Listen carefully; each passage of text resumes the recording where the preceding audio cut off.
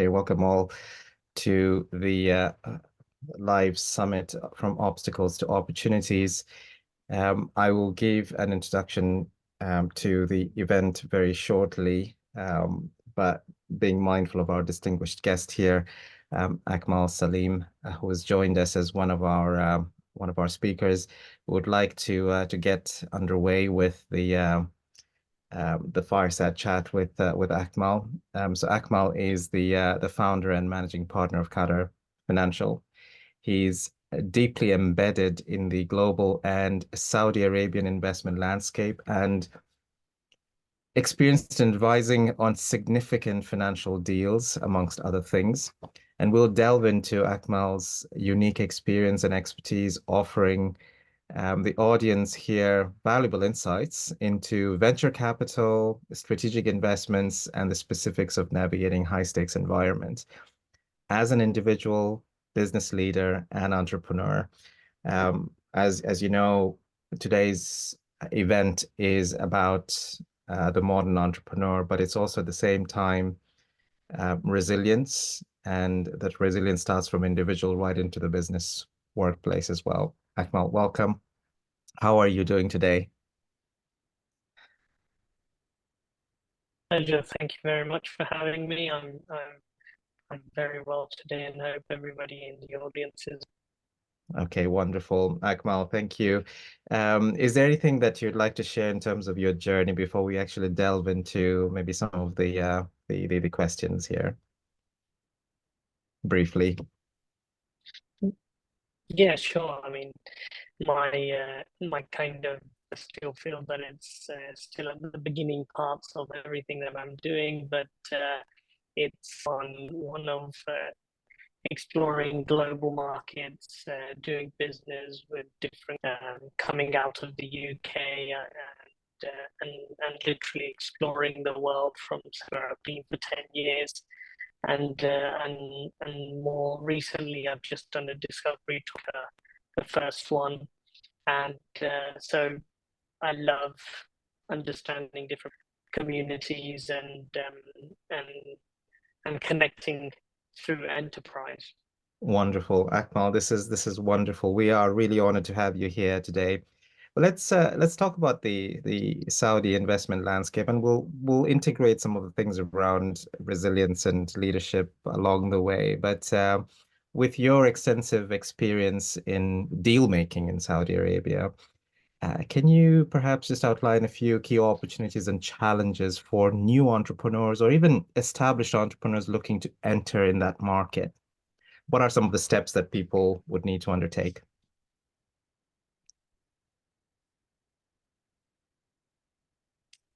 Absolutely. I think commonly when it comes to Saudi Arabia, there's preconceptions of Saudi Arabia, and I think one of the important things that people should generally think about Arabia as a market is to break those preconceptions and direct first. Is it over the last 10 years and it's accelerated 3 to 4 years, there's been a huge cultural dimension shift in terms of how there's locally that and interact with foreign. There's always been foreign companies here, and there's always been foreigners who have worked as expats. However, this shift has been quite significant in terms of culturally foreign companies are viewed, um, and things that they need to be successful in the kingdom.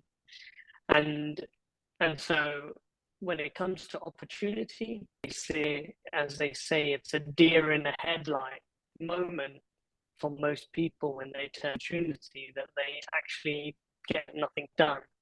And that's one of the big things that turn up in Saudi Arabia. And I'm like, it's so greenfield, there's so many opportunities here.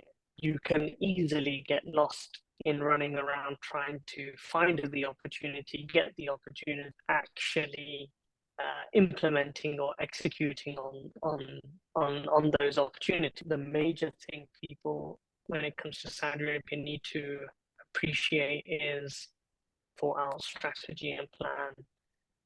in order to crack Saudi Arabia as a market. The other thing that I find often is people will come to me in the last 5 years or whatever, and somehow people feel so Bahrain is the Middle East, but Saudi Arabia's market and its demographics and its economic makeup is completely different to GCC countries. And a lot of people just feel that just because they've been in Dubai for a few years, that it's completely the opposite.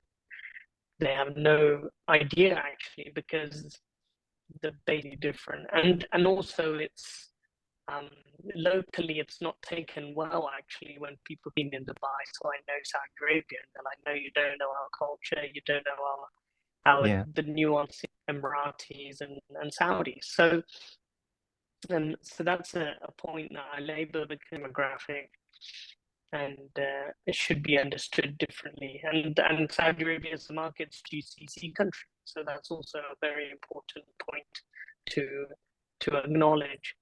So those are a few kind of areas that I would say, and I'm kind of merging opportunity you have to kind of think about together when it comes to Saudi as a market, Yeah. and then really just appreciating the different you can do deals. So a lot of people again will come to me and be like, I just want to meet family offices. Family Yeah. offices at different tiers, different levels, and who have different strategies, different aims and objectives. If you don't align with what type of family office you're looking for, deal done. So yeah, I think there's a few areas that I would initially. Yeah. Akmal, that's really great advice. And how you described it. So my replay and my summary there is great opportunities in Saudi Arabia, but there's also a need for leaders, individuals who are coming to the country to understand the regional differences, but also align that with Saudi Arabia as well, because there are differences within just the UAE, for example, or Bahrain, as you're describing. But also, one other aspect is understanding the strategy and plan, and what specific types of opportunities you want to explore, as you were also describing about family offices, different tiers, and so forth.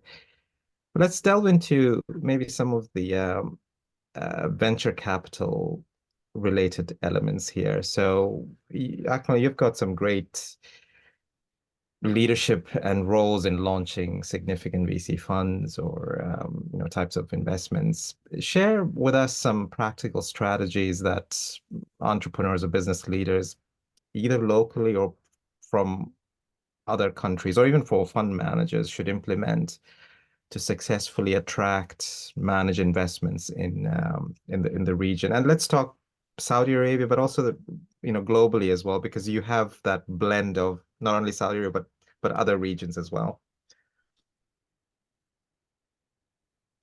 Yeah, absolutely. So I think when it comes to venture capital fund we particularly work is supporting first-time fund managers to space, and that's an area where a lot of people just are actually clued up on. How do you launch a fund? Lots of people want to go into launch that fund, and how do you operate that fund? How do you fundraise for a fund manager, emerging manager, and so my Marvin gave very super clear investment strategy when it comes to VC. What your venture capital fund is going to look at is this is obviously for managers. This and map out what that looks like. Within venture capital, you can have networking VCs and different types of VCs, and it's critical to know which one you are, so that when you go and fundraise, um, that it's a super strategy. And touching upon that fundraising part, a lot of people feel that when they're fundraising for their fund, they're doing this up in the business that they've exited. and they've raised lots of money from investors. Tactical approach when it comes to raising money for their fund. When it comes to raising, it's a completely different tactical approach because you're raising cap from high net worth individuals who are now becoming not just investing directly into your business. And that's a completely different model because then with some capital, which you're going to manage on their behalf. And so investment is not investing into a company which at an exit will make a certain return, trusting you with actually deploying their capital into projects and making decisions. And so when you're trying to fundraise in that capacity, it's a completely different standard fundraising. So I think, and that applies to the LPs you always have to be able to demonstrate a strong management comes to making decisions into businesses, startups, etc., whatever that's. So yeah, I think that's some key pointers. Yeah, and this comes now down to, that strategic prowess, but also that leadership prowess as well to, as you were describing, making those decisions.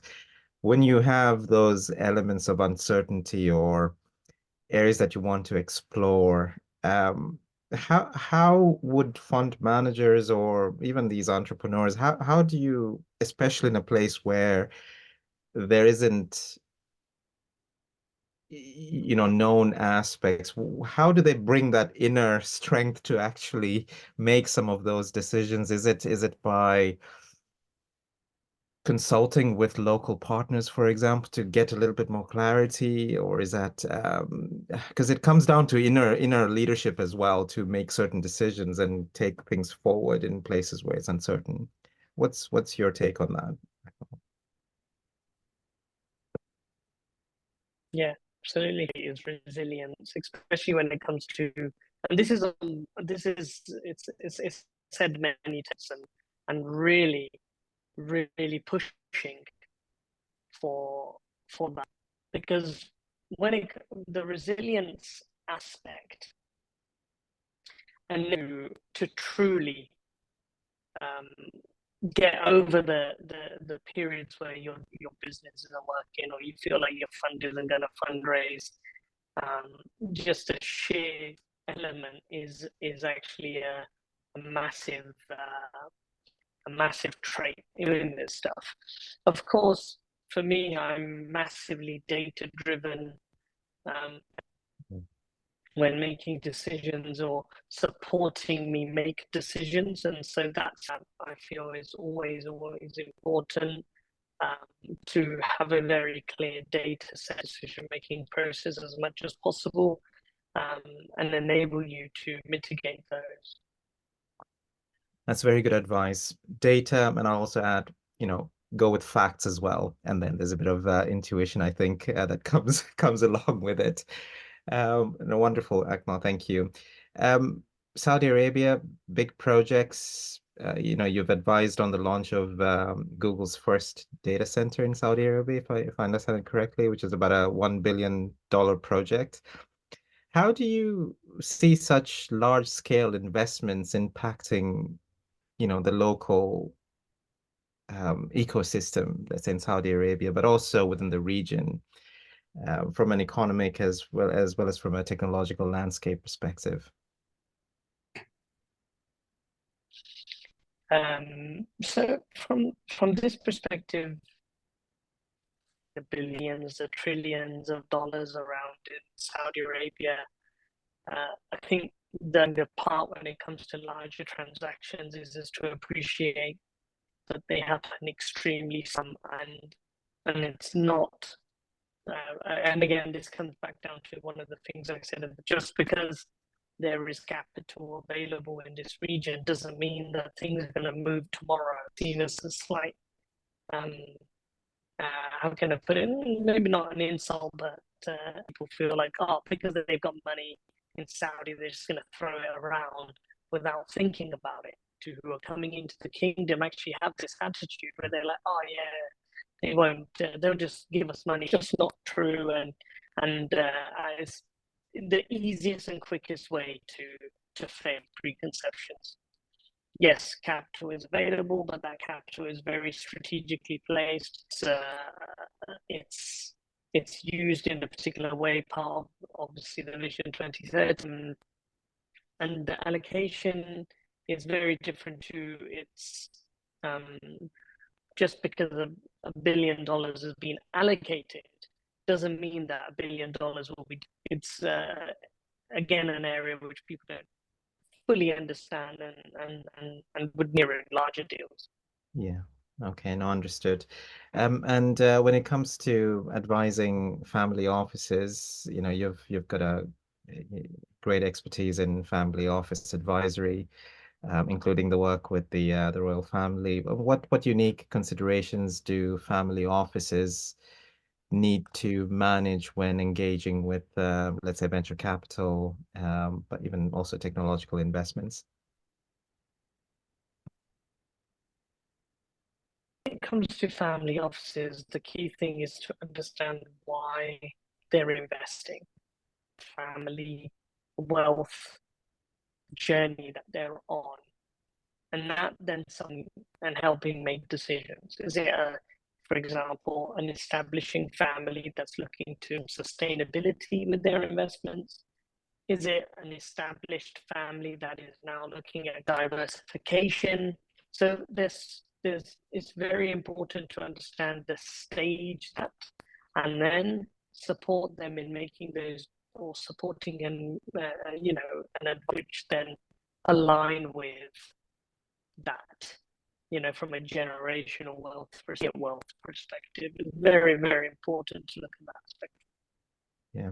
And do you find differences with the region as well, from a family office's perspective, the way things operate in the region, like even in Saudi Arabia, but also other parts of Middle East, for example, and in comparison to other global locations, the operations of how family offices work. Do you find some differences around that? It's a good question. Definitely nuanced differences, but ultimately family offices have, which is to grow, create generational wealth, and that's the core principle. Where the differences starts around how the next generation view wealth and managed, looked at, um, distributed, the allocations from a personal to a investment, and the structures end up um, coming in. But from most families that I've worked with or advised across the world, always have a similar sentiment. We've built wealth. We want to maintain this. We want to grow it, sustain. Family grows, wealth grows in a manner which sustains lifestyles, etc. Yeah. That's true. I've had some experience with that myself. But now this is an interesting question here, Akmal. When it comes to high profile clients, for example, or high profile or high net worth type of families, uh, they've got their own sets of challenges. They don't necessarily maybe operate within the same rules as well, and that's understandable. How do you advise entrepreneurs in this space to navigate that complex, dynamics and expectations that come with advising these unique type of high profile clients or royalty or prominent clients, especially when there is that balancing of discretion and transparency, for example. How do you advise entrepreneurs to do that?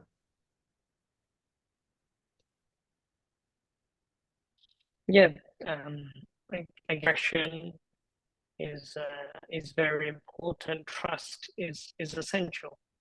to be willing to, um, how can I put it, both of those key traits. Competency obviously is very important. You need to understand that you understand them on a personal level. Yeah. And working with family offices, I mean, a lot of people feel that they want to get that they should advise families, for example, is just to explain to them that they can make more objectives actually, and it's their objective is how to continue to support their wealth, on a generation level and add value to that particular purpose. So understanding their voice is as important as understanding where, for example, they may want to make investments or etc. Yeah. Okay. Wonderful. And in terms of your vision, Akmal, you're a big proponent around legacy building and your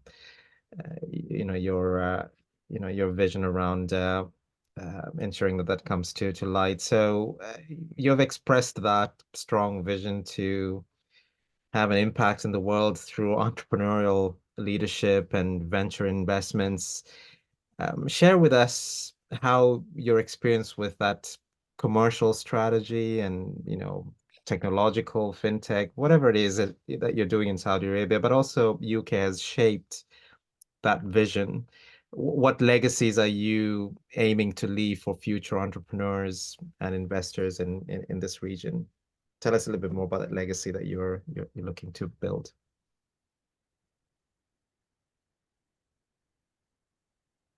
Sure. So in this regard, it's all about, for me personally, make investments which are beyond profit. So beyond those investments look like, how do they change the world, or how do they enable change in a manner? And that's something that um, I'm very want to champion. So that's how I view investors.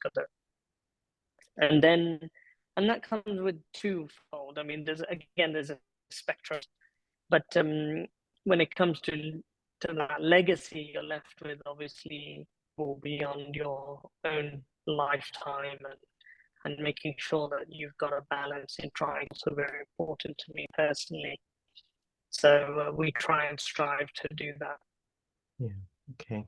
And Akmal, we're coming to a close very shortly here, but you know, resilience is a very broad term when it comes to an individual, but also to an organization. And with your experience, your capabilities, I know we've touched upon this, but mindful that this is a very critical time in our economy, the different waves of technology that's happening at the moment, lots of disruption.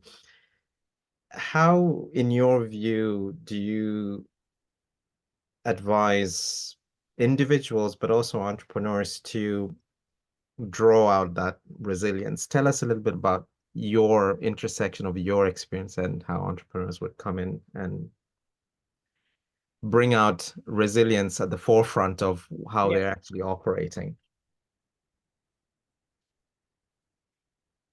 yeah. So I think it comes down to like explore resilience and what they look like. So things like purpose. If you've got a purpose, you can really push to be resilient. Regulating your emotions, you're building that emotional intelligence. That's very, very important. Mitigating fear appeals that come. So it's an intersection between being emotionally intelligent to challenge your own assumptions. To see resilient in is even worth being resilient in. So it's having um, which enables you to dive deeper and be more resilient because you're challenging that inner self in your business doing. Wonderful. Akmal, thank you. And we'll close very shortly, but I wanted to give the opportunity to you, Akmal, to challenge the audience who are entrepreneurs or individuals. Do you have a particular challenge that you want to give them um, on how you're operating, for example? Yeah, I think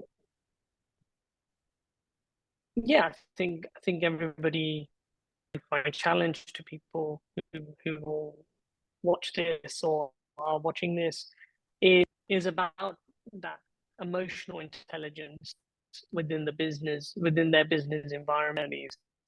I think it's not talked about enough in order to build emotional intelligence, understand the different, and so my challenge to anyone in the audience, understand emotional intelligence and try and place themselves on their spectrum of how they are in terms of their emotional intelligence, and build. A lot of people feel like they have to remove emotion from business. Actually, we're taught that in certain ways. I feel completely and strongly against that. You need to have emotion in order to. Wonderful. Akmal, we appreciate you for making the time to speak with us today and give us your insights on not only the broader topic of resilience and how entrepreneurs need to operate, but also giving an inside view of how to do business in Saudi Arabia as well. And there's a bit of intersection there. Is there anything else that you wanted to share before we come to a close? Thank you for having me. Okay, wonderful, Akmal. Thank you so much. Have a wonderful rest of the day. Thank you. Thank you very much. All right. Okay, wonderful. Thanks so much, everyone, for joining. We that was our first guest, and that was a distinguished guest called Akmal, who joined us from Saudi Arabia. We do have a fully packed set of sessions today, which is going to be running for the next 10 hours. And I'll give a little bit more information about the summit. We had to start the summit with this distinguished guest, but let me start recording here for a minute. You will be hearing for each segment that we have. I will be starting the recording and stopping the recording, and that's only just to maintain the different segments along the way.